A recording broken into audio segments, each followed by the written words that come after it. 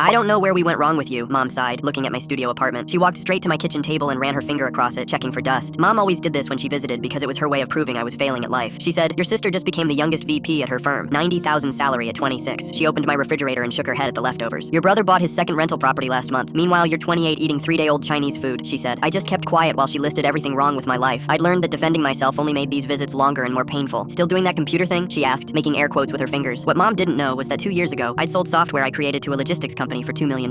It was boring trucking software that nobody would brag about at dinner parties, but trucking companies needed it badly. I didn't buy a fancy car or a mansion like people expected. Instead, I bought a small apartment building through a property company I named after my grandmother's maiden name. My sister actually lived in one of my buildings downtown. She paid $1,800 a month in rent that went straight to my company. She was always bragging about her apartment with the doorman and rooftop access, but she had no idea I owned the whole building. My brother's firm rented 2 floors in my commercial building across town. His corner office that Mom loved posting photos of was in my building, and I'd literally signed his lease renewal last week. After expenses, I made about $12,000 profit every month from all the properties. My family had no idea about any of this. I lived in this studio because I liked keeping things simple and small. The next morning, Mom called a family meeting at my sister's apartment. She called it an intervention, and I knew this was going to be bad. "He needs our help. Real guidance," Mom announced to my siblings like I was a lost cause. My sister immediately pulled out her phone. "My friend needs someone for data entry. 15 an hour, but it's a start," she said. My brother offered he could live with me, sleep on my couch until he saves up. They talked about my future like I wasn't even sitting there. Community college came up first, then entry-level jobs, then moving back home with Mom. Mom said, "You need structure. A real 9 to 5. My sister nodded eagerly. "And a savings account. I can teach you about investing," she said. "First, he needs income. I know someone in our mailroom. 12 an hour, but great benefits," my brother corrected. "Maybe we could co-sign a car loan so he can get to a real job," Mom suggested. They spent 40 minutes planning how to fix my broken life. Trade schools got mentioned several times. Night classes came up too. Someone even suggested food stamps at one point. My sister actually pulled up job listings and started reading them out loud to everyone. "This one's perfect. No experience required," she said excitedly. I sat there in my own building while they planned out my minimum wage future. When I came back from getting more coffee, they were complaining about their landlord. "My rent just went up $150. Same management company as always though," my sister complained. My brother asked, "Which company?" "Something with my grandmother's maiden name. They own half of downtown," she said. My brother got excited suddenly. "That company owns our office building. My boss has been trying to meet the owner for 2 years. Wants to negotiate our lease," he said. My sister laughed at that. "Good luck. Nobody knows who owns it. They say it's some young person who made money in tech." Mom scoffed at the idea. "Probably inherited it. These kids today think they're geniuses because they got lucky once," she said. My brother pulled up his phone. "Actually, my boss researched them. The owner started with 1 building 2 years ago. Now they have 6 properties worth over 12 million, he said. 12 million? My sister whispered. "And they're completely anonymous. Only communicate through lawyers and managers," my brother continued. Mom shook her head in disgust. "Making millions while real people work real jobs. It's shameful," she said. "I'd kill to meet them. Imagine learning from someone that successful," my sister said. Mom laughed bitterly. "Successful? They're probably some spoiled brat who got lucky with computers, not like people who work their whole lives." That comment really stung because my own mother thought what I did was shameful. My phone rang right then. I didn't recognize the number, but I answered it anyway. The voice said clearly, "Is this the owner? This is regarding your counteroffer on the downtown property." The room went completely dead silent. My brother just stared at me with his mouth open. "Did he just say owner?" my sister whispered. I said, "Call me back," and hung up the phone. Everyone was still staring at me. My brother looked like he was going to be sick. "You're the owner," he said. It wasn't even a question. Mom's mouth opened, but nothing came out for several seconds. My sister was counting on her fingers and then gasped when she figured it out. I said, "The trucking software, 2 years ago." "But you live in a studio," Mom managed to say. "By choice," I said.